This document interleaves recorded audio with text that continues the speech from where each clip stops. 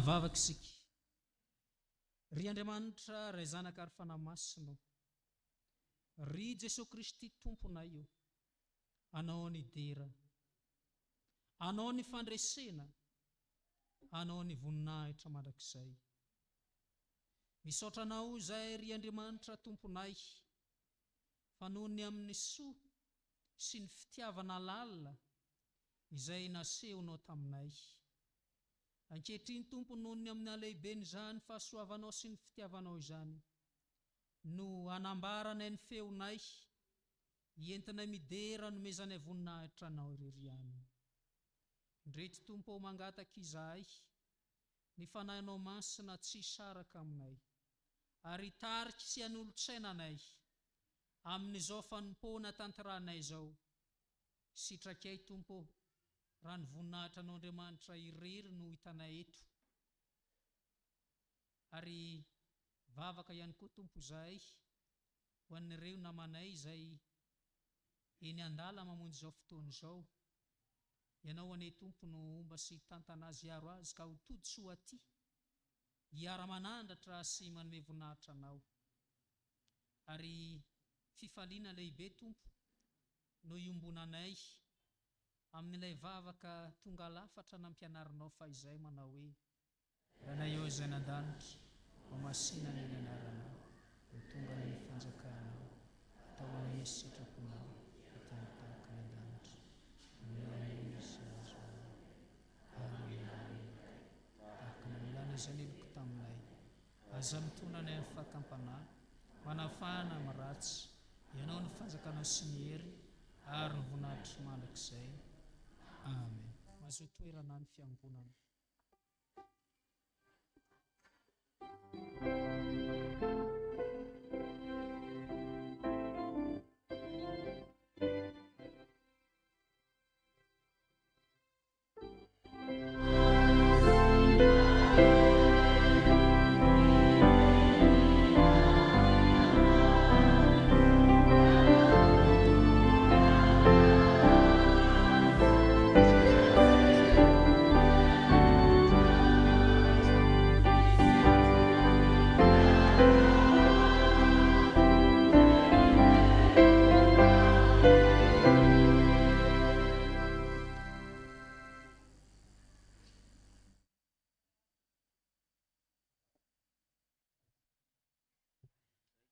Miarabantsika rehetra ary miaraba ny sampana Dorcasy tonga izao famaranam-bokatra izao. Miangavy ny tanora sy ny sekoly alahady manatrika izao fotoana izao, na tsy sekoly alahady koa ara fa ny ankizy rehetra manatrika izao fotoana izao mba hitsangana.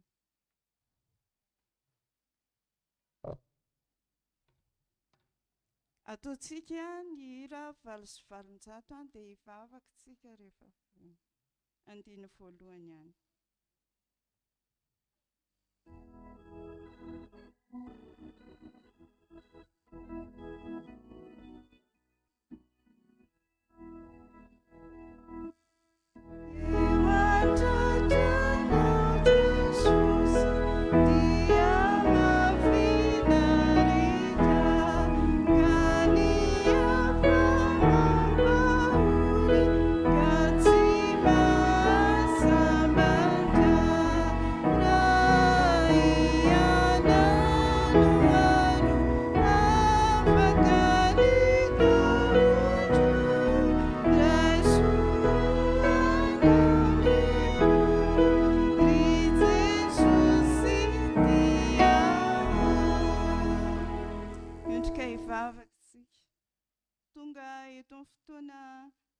Ifampizarana ny votsarana fafy izay Andriamanitra, dia indreto no madinika ao, ny ankizy madinika, ny mpianatra sy ny tsy mpianatra sekoly alahady, ao koa ny tanora tompo, eo koa ireo mpampianatra sekoly alahady rehetra.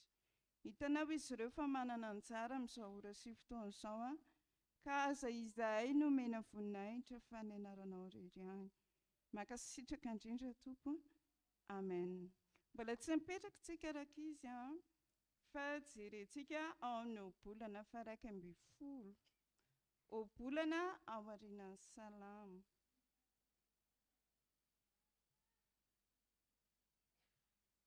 Oabolana fa 2010 dia ny andiny fa 420 ihany ny rahantsika mamaky. Oabolana fa 2010 dia ny andiny fa 420 ihany no rahantsika mamaky. Amin'ny anaran'i Jesosy manao hoe misy mahafoy nefa mitombo fananana ihany, ary misy fatrapihitra loatra nefa tonga malahelo ihany. Amen. Mahazo toerana.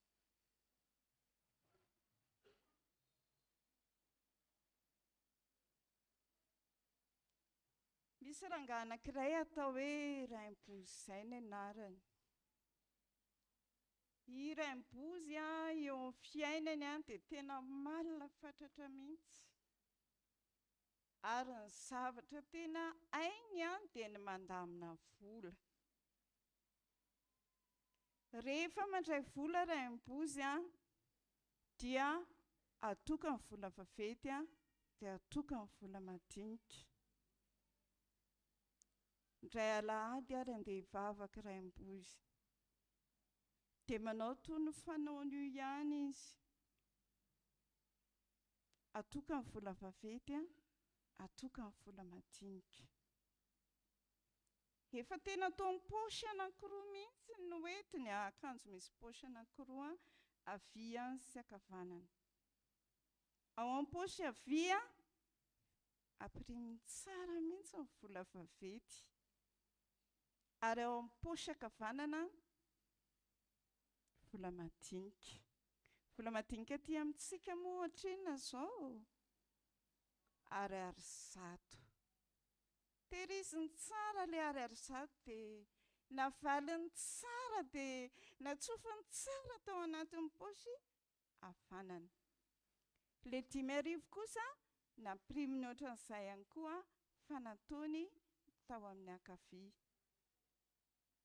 Dia tany am-piangonana fotoana nirakitra mankaty amin'ny alitara tamin'io fotoana io. Nandeha fampivavahana tonga tamin'ny fotoana nirakitra, nandeha ny olona tao aorianany, ohatra mbola tsy tonga saina tsara Raimbozy.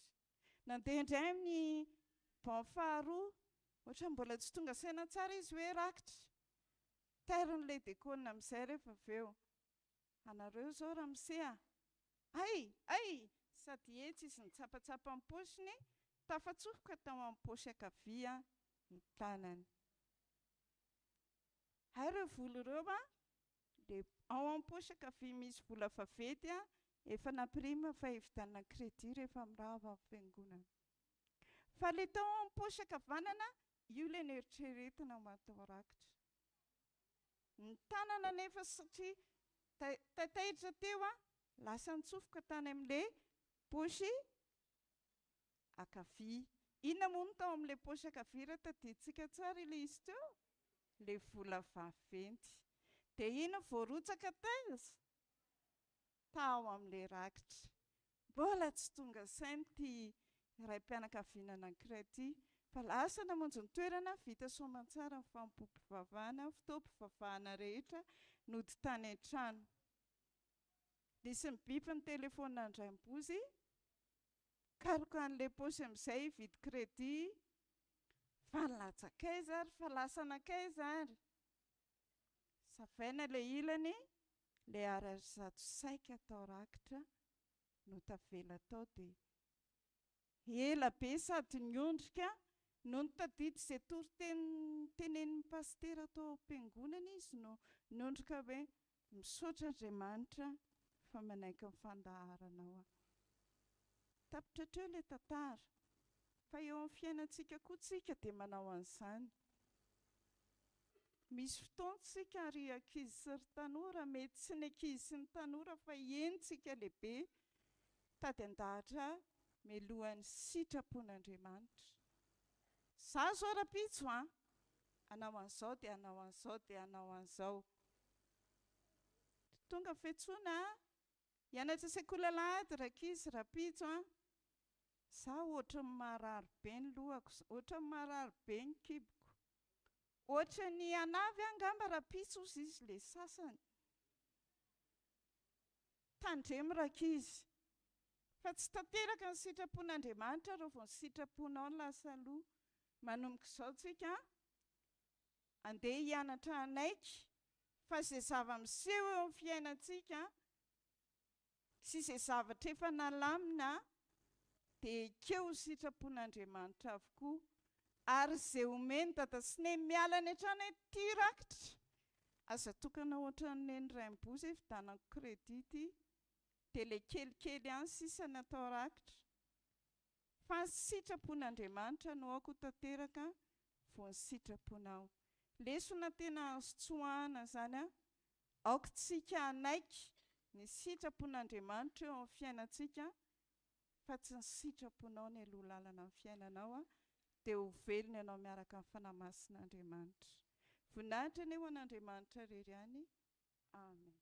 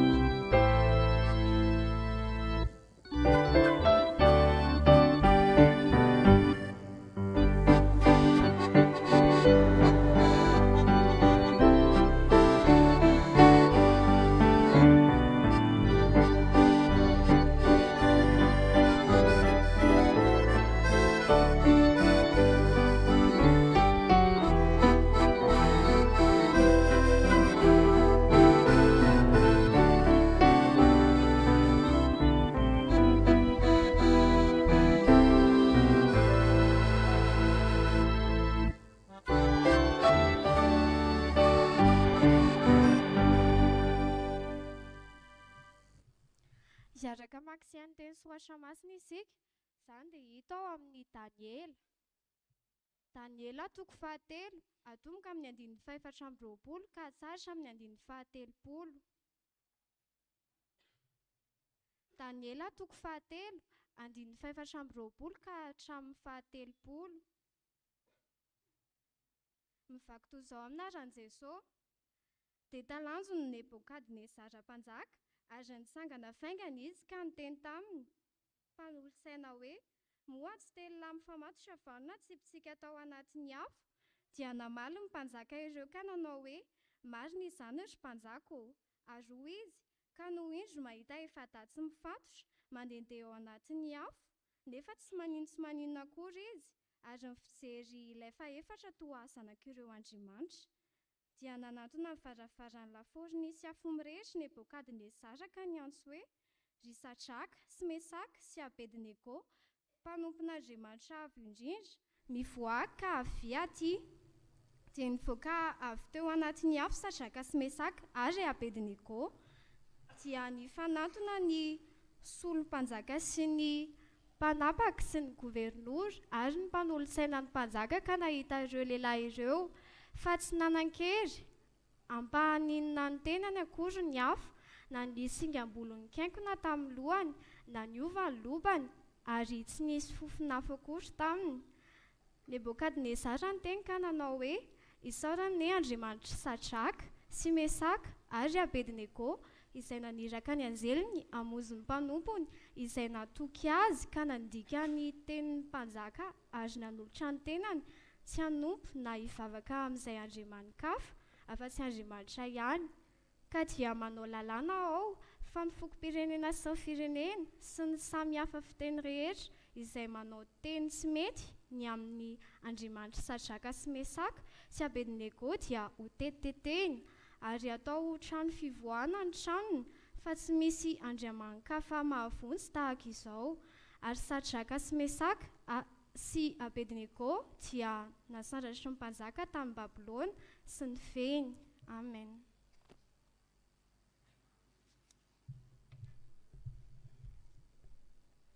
Apokalipsy toko faharoa andiny fahaefatra amby roapolo ka hatramin'ny fahasivy amby roapolo.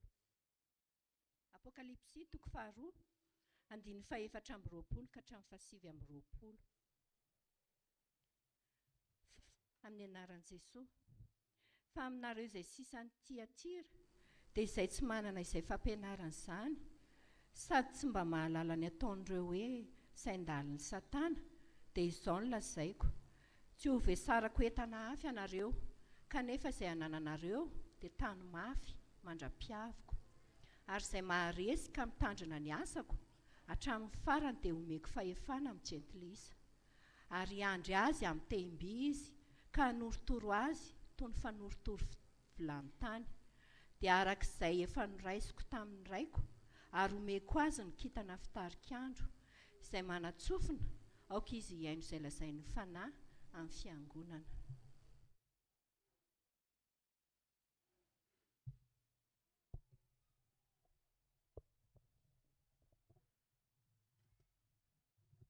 Ndeha hotsenaintsika eo am-pitsanganana ny filazantsara araka ny Matio. Filazantsara araka ny Matio toko fahaefatra ambin'ny folo ka ny andininy fahaefatra amby roapolo hatramin'ny fahatelo amby telopolo. Filazantsara araka ny Matio toko fahaefatra ambin'ny folo ny andininy fahaefatra amby roapolo hatramin'ny fahatelo amby telopolo. Amin'ny anaran'i Jesosy. Ary efa mbiteo ampovoan'ny ranomasina ny sampokely tamin'izay dia natopatopan'ny alondrano izy fa notohain'ny rivotra ary tamin'ny fiambenana fahaefatra amin'ny alina dia nakany amin'ny mpianany Jesosy. Nitsangatsangana teny ambonin'ny ranomasina ary noho ny nahita azy nitsangatsangana tambonin'ny ranomasina ny mpianatra dia raiky tahotra ka nanao hoe mahatotoy io dia niantso izy noho ny tahotra. Ary Jesosy niteny taminy niaraka tamin'izay hoe matoki fa izao ihany aza matahotra. Ary Petera namaly azy ka nanao hoe tompoko raha ianao ihany dia asaovy manatona anao eny ambonin'ny rano aho. Ary hoy izy manatona dia nidina niala tamin'ny sambokely Petera ka nandeha tambonin'ny rano anatona any Jesosy. Fa raha nahita ny rivotra izy dia natahotra ary raha vao niletika izy dia niantso hoe tompo vonjeo aho. Ary naninjitra ny tanany niaraka tamin'izay Jesosy dia nandray azy ka nanao taminy hoe ry kely finoana nahoana no nianahany ianao. Ary rehefa niakatra teo an-tsambokely izy dia nitsahatra ny rivotra. Ary izay teo an-tsambokely dia niankohaka teo anatrehany ka nanao hoe zanak'Andriamanitra tokoa ianao. Ray masonao manamasinanay amin'ny fahamarinana ny teny.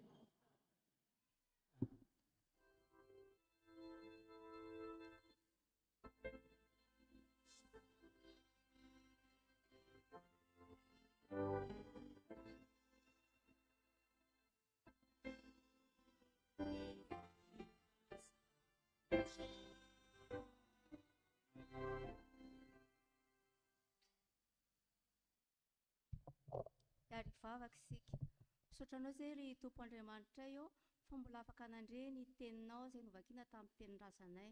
Koa mangataka amin'ny fanahinao masina izahay mba hitoetra ao aminay tsirairay avy ahafahanay makatoy sy mitandrina ny teninao. Mbola mangataka aminao koa izay Tompo ho an'ny mpanomponao izay hitondra ny teninao. Ny fanahinao masina anie amin'ny teny izay ho ambarany aminay ka izay miainy koa dia mba ho mpiainy mpakatoy. Amin'ny anaran'i Jesosy Kristy nanaovana izany vavaka izany. Amen.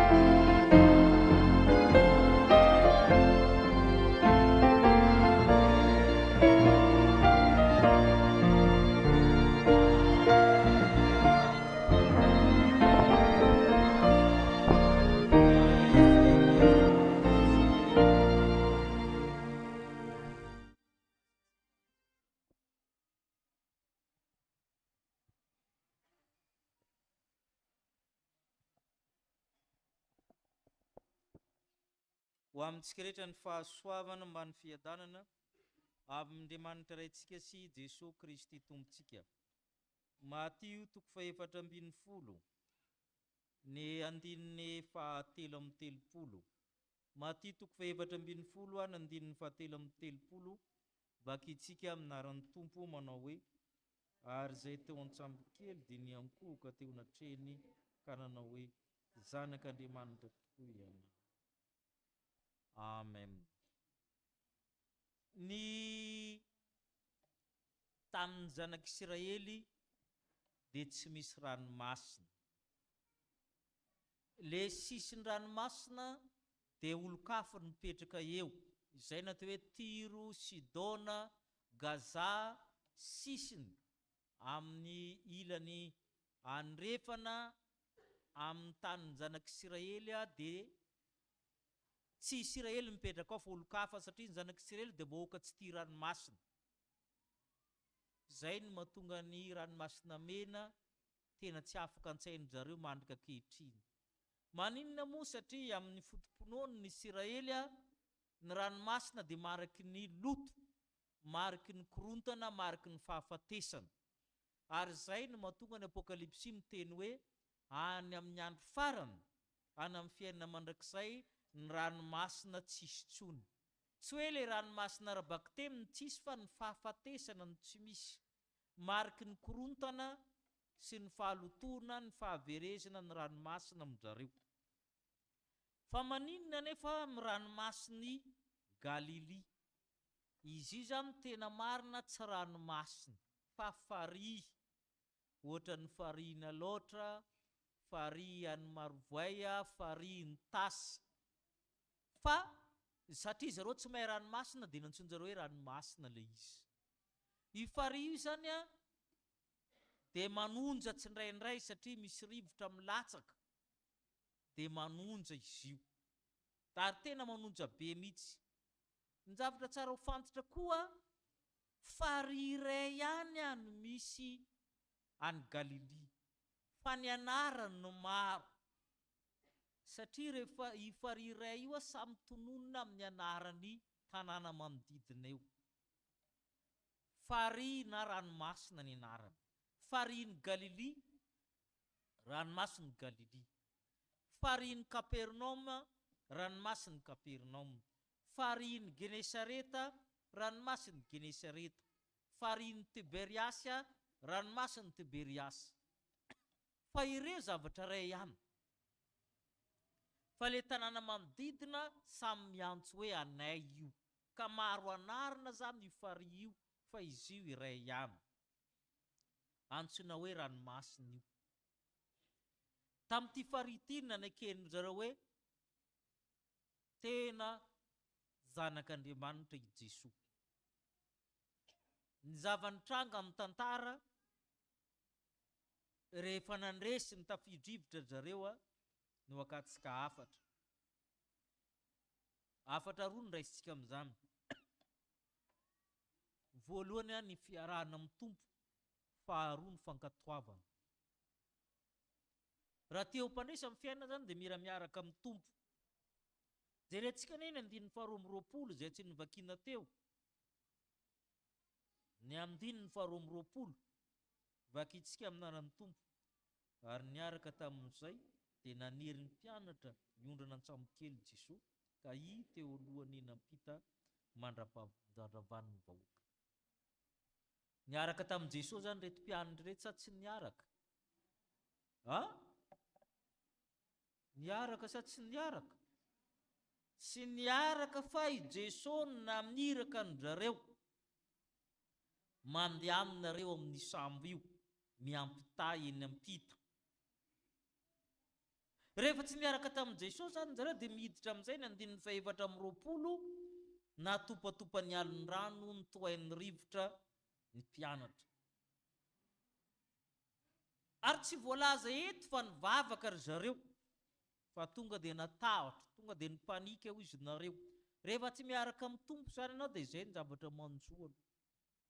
Rehefa tsy tafaraka amin'ny Tompo dia manonja ny fiainana, satria tsy eo Jesosy. Tsy ampy vavaka koa dia vao mainka manonja ny fiainana. Ary rehefa tsy miaraka amin'ny Jesosy ianao dia ny fijerinao ny zavatra rehetra dia miova.